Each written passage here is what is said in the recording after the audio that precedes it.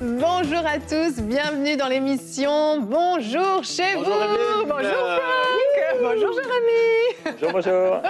Et bonjour à vous tous à la maison. On est très contents de vous retrouver aujourd'hui pour commencer une nouvelle semaine d'émission Bonjour chez vous. Et on le fait rarement dans Bonjour chez vous, mais cette semaine, c'est une série qu'on vous propose sur le caractère de Dieu. Connais-tu le caractère de Dieu? On va parler de différents attributs du caractère de Dieu. Et je crois que vous allez vraiment être bénis. C'est personnellement une semaine que j'avais vraiment hâte de tourner.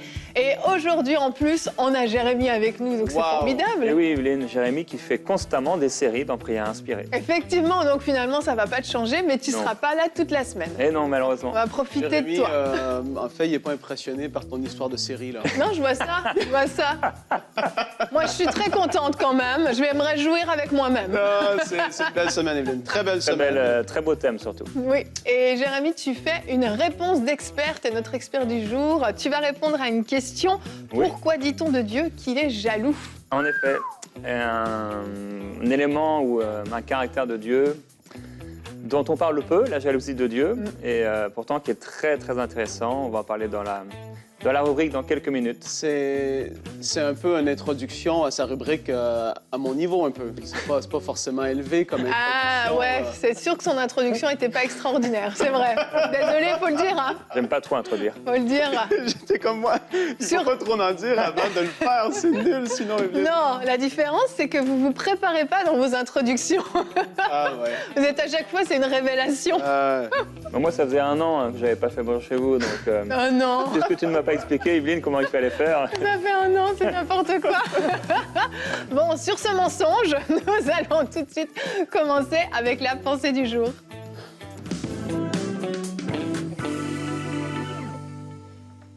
Et on parle des différents attributs de Dieu, et puis on sait que Dieu est amour, c'est la chose que les gens aiment dire le plus, et c'est vrai, il est amour. C'est pas qu'il a un peu d'amour, il est amour, c'est énorme.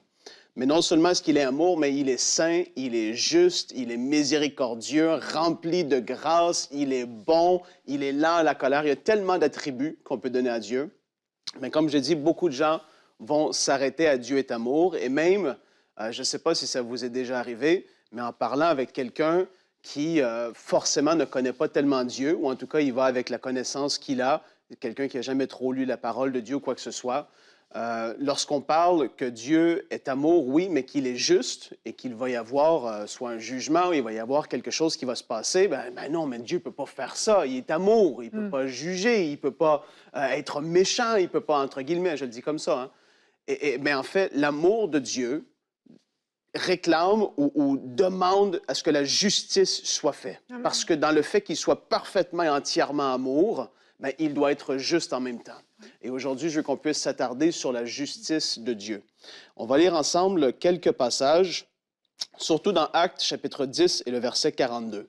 Ici, ça nous parle, c'est l'apôtre Pierre qui prêche et qui dit « Et Jésus nous a ordonné de prêcher. » Et là, regardez, c'est tellement fort. « Jésus nous a ordonné de prêcher au peuple et d'attester que c'est lui qui a été établi par Dieu, juge des vivants et des morts. » Et dans 1 Pierre, chapitre 4, le verset 5, « Ils rendront compte à celui qui est prêt à juger les vivants et les morts. » Et là, l'apôtre Paul, dans 2 Timothée 4, verset 1, « Je t'en conjure devant Dieu et devant Jésus, qui doit juger les vivants et les morts, et au nom de son apparition et de son royaume. » Vous voyez qu'il y a un jugement qui est à venir, il y a une justice qui est là. Mais la bonne nouvelle, c'est que ceux qui ont mis leur confiance, leur foi en Jésus pour recevoir le pardon de leurs péchés, bien, qu'est-ce qu'il faut comprendre? C'est que Jésus a été jugé à notre place. Sur la croix, la colère de Dieu a été manifestée sur Jésus. Et puis, on peut le lire dans Ésaïe, chapitre 53. On voit ces passages qui sont extraordinaires. On va en parler dans la discussion. Mais Jésus a été jugé à la place de ceux qui ont mis leur foi en lui. C'est énorme, c'est extraordinaire. Mais sachez-le que ça ne veut pas dire que Dieu est amour, qu'il n'est pas juste ou qu'il n'y aura pas de jugement à venir. Et sachez-le, tous les jugements de Dieu, depuis le début de l'humanité, ont été parfaitement justes. Dieu, lorsqu'il juge, c'est juste. C'est parce qu'il y avait une raison d'agir de la sorte. Et puis voilà, on va en parler un petit peu plus dans la discussion, mais c'est un thème qui est extraordinaire. Dieu est juste, il est bon, il nous aime. Et puis lorsque on met notre foi en lui, on est de son côté, on n'a rien à craindre. Amen, amen. Merci d'avoir cité plusieurs versets parce que je trouve que c'est un thème qui est quand même pas facile. C'est hyper important. On est en train de parler de qui est Dieu quand même et on a conscience de la responsabilité que ça implique. Ouais. Et la Bible nous a parlé en fait de Dieu, de son caractère, de sa personne. À travers toutes les pages de la parole de Dieu, en fait, on découvre chacun des attributs de Dieu qui se manifestent différents selon les circonstances, mais c'est toujours dans une parfaite justice, effectivement. Et pourquoi aujourd'hui on a voulu commencer par parler de la justice de Dieu? Parce que si on ne comprend pas la justice de Dieu, on ne peut pas comprendre son amour, on ne peut pas comprendre sa sainteté, on est limité de comprendre le reste. La justice de Dieu est parfaite et on va regarder tout de suite notre verset du jour qui aujourd'hui est dans Deutéronome au chapitre 32 et au verset 4. Il est le rocher. Ce qu'il accomplit est parfait, car toutes ses voies sont justes. C'est un Dieu fidèle et dépourvu d'injustice. Il est juste et droit. Ce verset, on a l'impression qu'on répète la même chose 3 fois, mais c'était pour insister sur la justice de Dieu. Et cet amour dont tu parles au début ne pourrait pas être si parfait si, effectivement, il n'était pas jumelé à de la justice. Juste dire « j'aime tout le monde, peu importe ce qui est fait, peu importe, il n'y a pas de jugement, il y a juste de l'amour, et puis chacun fait ce qu'il veut sur la terre, puis c'est du gros n'importe quoi ». C'est pas ça l'amour. C'est un amour qui est tellement bon, qui nous garde, qui nous préserve dans cette justice. Et c'est là toute la grandeur de la justice de Dieu, en fait. Il y a aussi, en tout cas, je reviens sur des expériences que j'ai vécues avec plusieurs personnes lorsqu'on parle de Dieu avec eux et que tu apprends et que tu vois la façon que la personne peut percevoir Dieu. La notion de la justice est tellement peu connue, en fait. Ouais. C'est quelque chose que les gens n'ont jamais réalisé et que pourtant, quand on parle avec eux, ils ont une telle colère parce qu'il y a une injustice ici sur la terre. J'aime pouvoir parler avec des personnes et leur dire, tu as ce ressenti-là, toi, ce que je te demande, et ça, c'est ce que je peux leur dire, ou je leur dis que moi, personnellement, tout ce que j'ai à faire, c'est de m'occuper de Frank.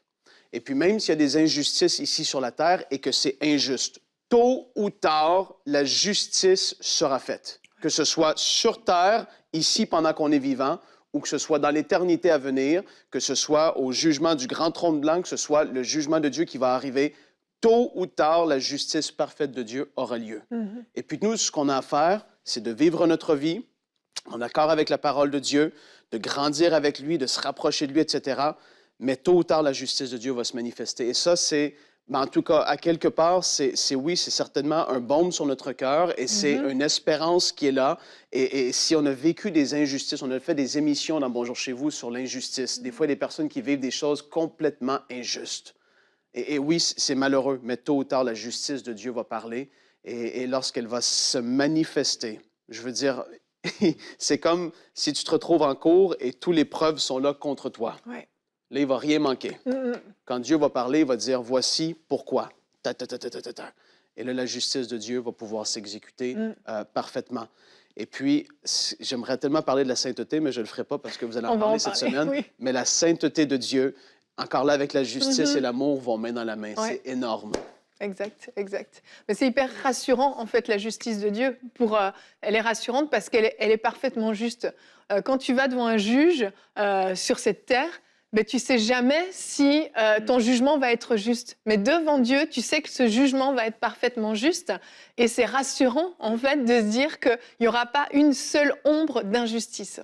C'est ça, la justice sur la terre, on sait, comme tu le dis, on ne sait pas si ça va être juste ou pas. Et il n'y a pas de justice pure comme Dieu sur la terre, ça n'existe pas. Dieu est profondément juste. Et cette justice, elle s'est vous savez, sur la terre, quand quelqu'un a un problème, il doit aller au tribunal. S'il peut soudoyer quelqu'un, donner un sous de table au juge ou à quelqu'un, ou à un avocat ou quoi que ce soit, il y a tellement de choses qui se font, on le sait. Et Dieu, lui, s'est retrouvé face à un problème par rapport au péché de l'homme. Et il était, en même temps, il devait établir sa justice, mais il devait condamner l'homme à cause de son péché. Et sa justice s'est manifestée, mais en même temps, avec son amour et son intelligence, parce que toute la culpabilité, la condamnation qui devait peser sur nous et qui devait nous amener loin de lui pour l'éternité, a été placée sur Jésus. Et Dieu a été extrêmement intelligent dans sa justice, il est resté juste, et Jésus-Christ est mort à notre place, et il nous a fait maintenant justice de Dieu. Christ a été fait justice de Dieu, mais il nous a justifiés.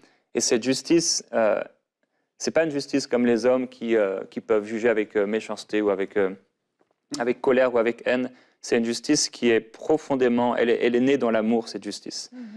Et c'est une justice qui est pure, mais c'est une justice qui est, entre guillemets, amoureuse ou pleine d'amour. Dieu est amour, et dans cet amour, alors qu'il devait nous condamner, il a condamné Christ afin qu'on soit déculpabilisé, innocenté. Et ça, c'est aussi la justice de Dieu, c'est que cette justice, elle est juste, elle est parfaite, mais Dieu a trouvé le moyen de nous justifier et de nous pardonner. Et ça, c'est un des éléments, une des façons avec laquelle la justice de Dieu s'est manifestée. Et c'est extraordinaire. Donc, on peut voir la justice comme quelque chose de... Voilà, Dieu est méchant, Dieu est dur, Mais non, on ne doit jamais oublier que cette justice, elle est née dans l'amour. Et tout ce que Dieu fera dans sa justice, c'est fait dans l'amour. Exact. Mais en fait, sur cette terre, si quelqu'un commet un crime, vous savez, il va souvent aller en prison en attente de son jugement. Et on ne va rien faire pendant cette période-là. Il ne va rien se passer. Il va essayer de préparer sa défense avec son avocat. Mais bon, il a commis un crime, il y a des preuves, il ne peut plus rien y faire. Eh bien, avec Dieu, c'est comme si on commet un crime, on est emprisonné le temps du jugement. Et en fait, Dieu vient nous voir en prison et nous dit « Tiens, j'ai trouvé la solution pour t'innocenter. Simplement, tourne-toi vers mon fils Jésus-Christ, donne-lui toute ta vie et toutes ces preuves qui sont contre toi vont s'effacer. » C'est hallucinant. Jusqu'au moment où, du coup, tu vas te retrouver devant moi, eh bien, tu seras parfaitement clean et tu seras relâché. C'est impossible. En fait, ça n'a pas de sens sur cette terre de fonctionner comme ça. Mais c'est ça, la justice de Dieu qui est tellement parfaite, c'est qu'il a déjà pourvu à la solution pour que, à notre jugement, on soit déclaré juste, déclaré innocent. C'est grandiose, en fait. Et puis, c'est là, on a parlé là, du jugement, très rapidement, du jugement à venir, parce que c'est une réalité, il va y avoir un jugement. Tout homme va être jugé devant Dieu. Mais Dieu a tout fait pour que l'homme puisse être réconcilié avec lui et qu'il puisse avoir la paix avec Dieu. Dieu a tout déjà fait. Ah, complètement. Et puis là, je vais lire un passage avec vous. Ça se trouve dans Ésaïe 53, parce qu'il faut le voir à la lumière de la justice de Dieu.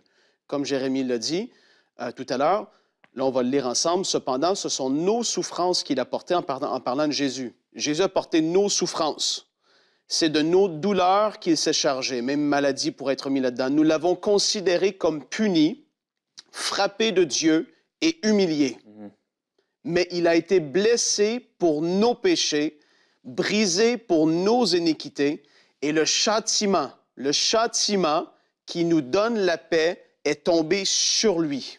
Et c'est par ses meurtrissures que nous sommes guéris. Amen. On voit ici le brisement, le jugement de Dieu qui tombe sur Jésus alors qu'il est sur la croix. Il a, lui, pris notre place alors que lui ne méritait pas ça. Et c'est ça qui est extraordinaire dans le pardon de Dieu, dans le fait de pouvoir être réconcilié avec lui. C'est que Dieu avait de toute éternité pensé et prévu une solution pour l'humanité.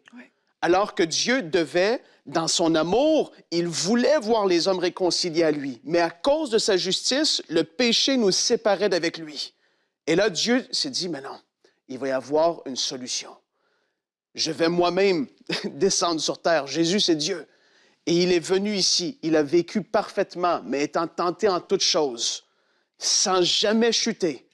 Et il a dit, moi, je vais mourir à la place de chaque homme sur cette terre. Autant que le péché est venu par un homme, Adam, autant la justification est venue par un homme, Jésus. Et ça, c'est extraordinaire. Donc, Jésus a pris notre place sur cette croix pour que la justice de Dieu ne nous tombe plus, nous, dessus, nous qui avons mis notre confiance en lui, qui avons dit, oui, je t'accepte, je te demande pardon pour mes péchés, je crois que tu es celui qui a pris ma place, etc. Quand quelqu'un crie à Dieu d'un cœur sincère et que cette personne-là naît de nouveau, bien voilà la justice de Dieu et Dieu voit notre dossier criminel, entre guillemets, je le dis comme ça, mais toutes les choses qui pesaient contre nous, il dit, wow, il met Jésus devant et ça a été lavé, entièrement effacé. Et Dieu, maintenant, lorsqu'il voit Frank, lorsqu'il voit Jérémie, lorsqu'il voit Evelyne, lorsqu'il vous voit, si vous êtes sauvés, ben, il ne voit plus quelqu'un qui va être jugé, mais il voit un enfant de Dieu qui a été justifié par Jésus.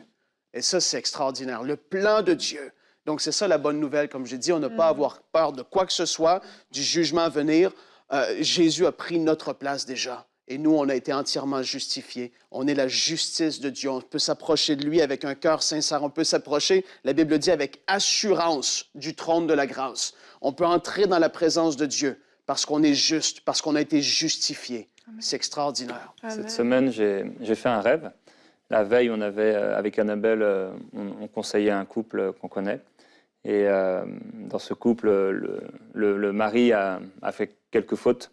Et la nuit, j'ai fait un rêve d'un homme qui avait fait quelque chose de mal. Et il était un peu comme poursuivi. Il devait rendre ce qu'il avait volé. Mais sur la route, jusqu'à rendre ce qu'il avait volé, il a fait preuve de compassion envers 2 personnes.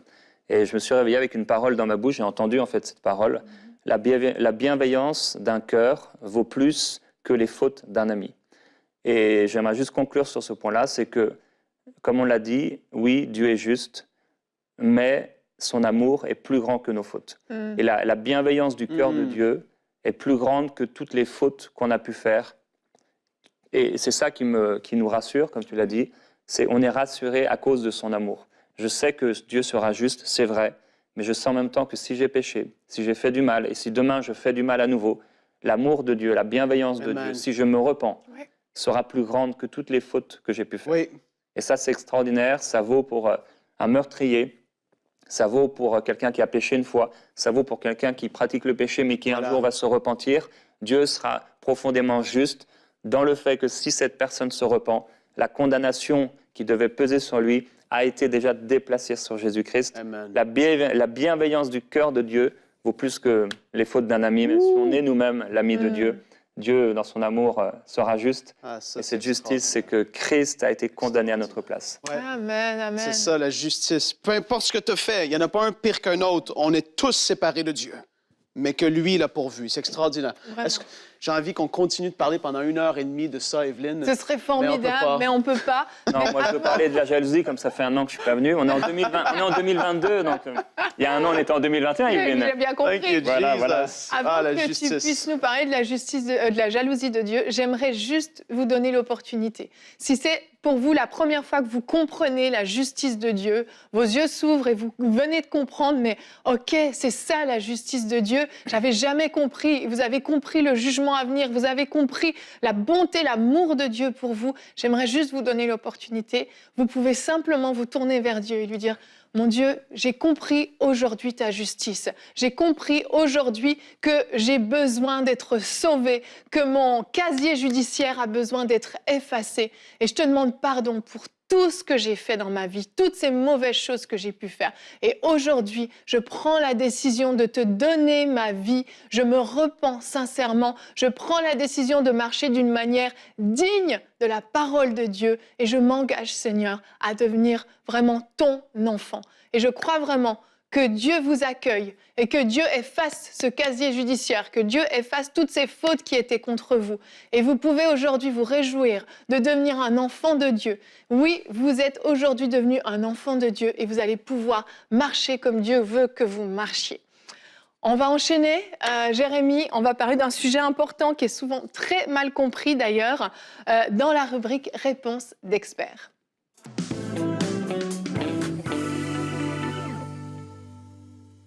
Alors aujourd'hui, je veux répondre à cette question. Pourquoi dit-on de Dieu qu'il est jaloux?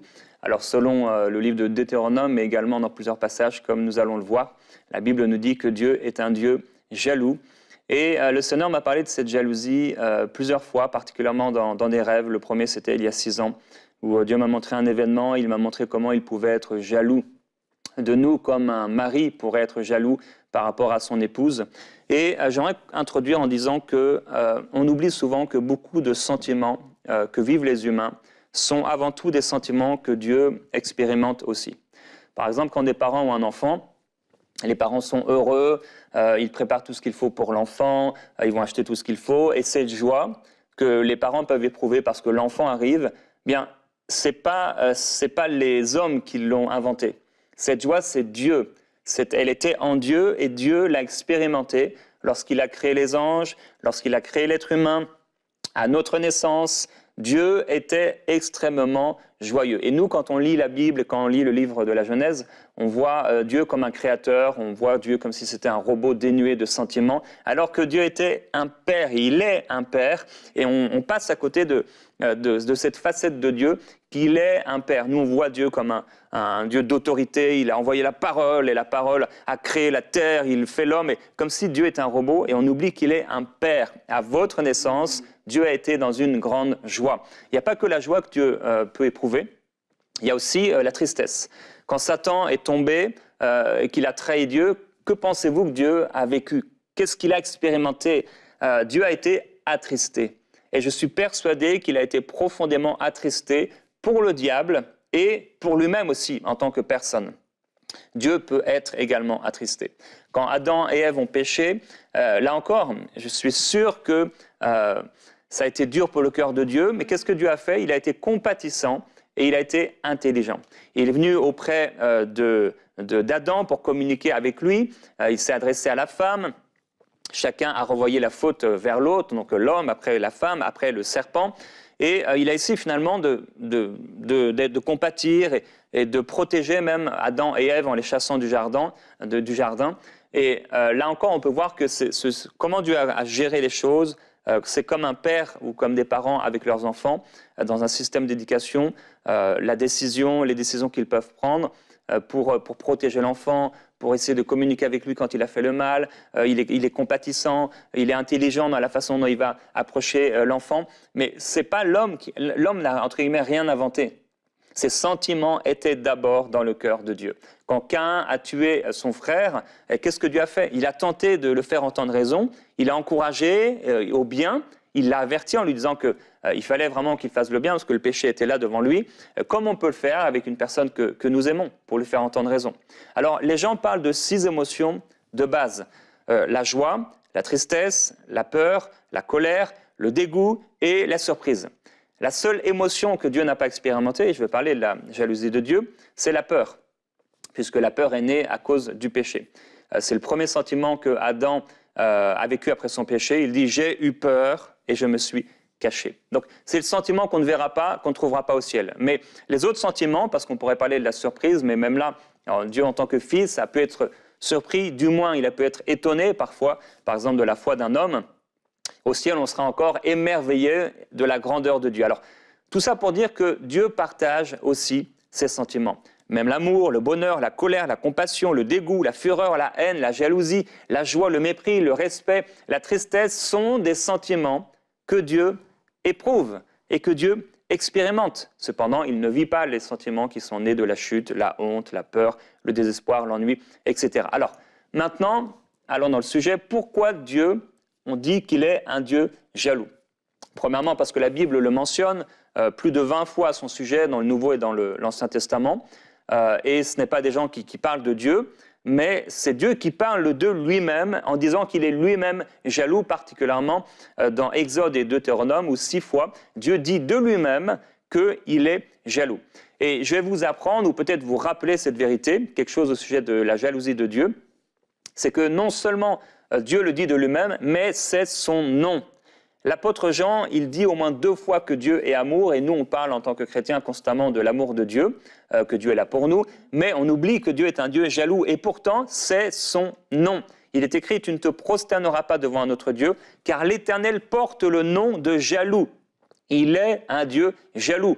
J'ai parlé des sentiments des hommes qui sont souvent similaires à ceux de Dieu, hormis ceux qui sont nés dans la chute, à cause de la chute. Bien, je crois que Dieu restera toujours jaloux à notre égard, même dans l'éternité, car Dieu est profondément jaloux vis-à-vis de son amour pour nous à cause de son alliance. Dieu ne changera pas son nom, il est un Dieu jaloux, et c'est aussi pourquoi il ne nous laisse pas faire n'importe quoi.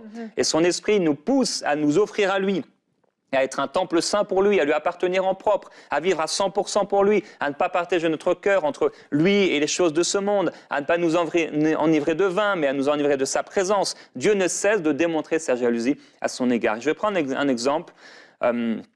Je ne sais pas si vous êtes... Imaginez en tout cas que vous soyez marié, si vous ne l'êtes pas déjà, et que vous êtes follement amoureux ou amoureuse de votre conjoint, si vous ne l'êtes pas déjà. Et imaginez que vous êtes entre amis au bord d'une piscine, vous voyez votre femme sortir de l'eau parce que son haut de maillot peut-être est tombé dans la piscine. Et là, vous la voyez, elle sort de la piscine, elle ne cache pas sa poitrine ou presque pas. Comment vous allez réagir? Vous allez être certainement fâché, mais avant ça, vous allez être choqué et vous allez vouloir la couvrir. Et maintenant, imaginez qu'elle prend la chose à la légère et dit « Oh non, c'est pas grave, il n'y a rien de grave, t'en fais une montagne, c'est pas grave, ça m'a pas dérangé que tes amis me voient ma poitrine. » Non seulement vous allez être fâché et choqué, mais maintenant vous allez être indigné, vous allez être attristé et vous allez être meurtri dans votre cœur. Et si vous l'aimez vraiment, vous allez même pleurer de cette situation parce que vous voyez qu'elle s'en fiche en fait. Ça ne lui importe peu d'être là, dénudé devant vos amis. Qu'est-ce qui va se passer? C'est que vous allez être jaloux. Parce que cette poitrine, c'est la vôtre. Elle n'appartient à personne d'autre. Vous refusez que notre personne la voie, la désire, la regarde, s'en empare. La Bible dit que la jalousie, suite à un adultère, rend un homme furieux. Et il est sans pitié le jour de la vengeance. Eh bien, Dieu est profondément jaloux à votre sujet, à notre sujet. Cet amour intense de l'homme pour la femme vient du cœur de Dieu, pour l'épouse que nous sommes. Et quand Dieu voit que nous montrons en quelque sorte notre nudité à un autre que lui, il est profondément attristé, surtout s'il voit en nous une désinvolture, comme si ce péché n'était pas quelque chose de grave, comme si ce n'était pas si grave de partager notre cœur avec les choses de ce monde, comme si ce n'était pas si grave de pécher ou de faire du mal à Dieu. C'est une chose de pécher envers Dieu, mais c'en est une autre de n'avoir aucun remords et de banaliser, de minimiser la chose comme si ce n'était pas important. Ça, c'est ce qui fait mal au cœur de Dieu. C'est une chose de péché. Et comme dans l'exemple que j'ai donné, nous ne voudrions pas vivre ça. Nous serions extrêmement jaloux qu'un autre homme touche notre épouse, ou si vous êtes une femme, qu'une autre femme touche votre époux. Eh bien, cette jalousie, elle est née d'abord dans le cœur de Dieu, parce que Dieu nous aime, qu'il a fait alliance avec nous, que nous sommes sa propriété, sa créature. Et Paul, il dit dans Corinthiens, « Je suis jaloux avec une jalousie de Dieu à votre égard parce que je vous ai fiancé à un seul époux pour vous présenter à Christ comme une vierge pure. » Voilà la jalousie de Dieu à notre égard. Nous sommes fiancés avec Dieu. Et alors que l'époux revient, il faut que l'épouse se prépare. Pourquoi dit-on de Dieu qu'il est jaloux? Parce que la Bible nous le révèle, et bien parce que c'est également son nom. Dieu ne nous appelle pas à être des adultères, à partager notre cœur avec l'amour du monde et l'amour envers Dieu, mais c'est avec jalousie que Dieu aime l'esprit qu'il a mis en nous et qui habite en nous. Et je veux vous encourager à ne pas provoquer la jalousie du Seigneur, mais à être à 100% pour le Seigneur. Amen, merci. Excellent, vraiment très, très édifiant et très parlant. Je crois que certains d'entre vous ont beaucoup mieux compris la jalousie de Dieu. Et une jalousie qui finalement est sainte et qui est juste et qui est bonne. Ah ben ça tombe bien, ce sont les attributs de Dieu dont on va parler ces prochains jours. Demain, nous allons parler de l'amour de Dieu. Par quoi cherches-tu à combler ton cœur? Omer sera avec nous pour un conseil du coach. Comment sortir de la dépendance affective? Merci beaucoup, messieurs, d'avoir été avec nous et je vous quitte avec ce verset. Dieu est amour, mais il est aussi un feu dévorant. Donc ne vous y trompez pas, on ne se moque pas de Dieu. Oui, la justice de Dieu est parfaite. Allez, bonjour chez vous.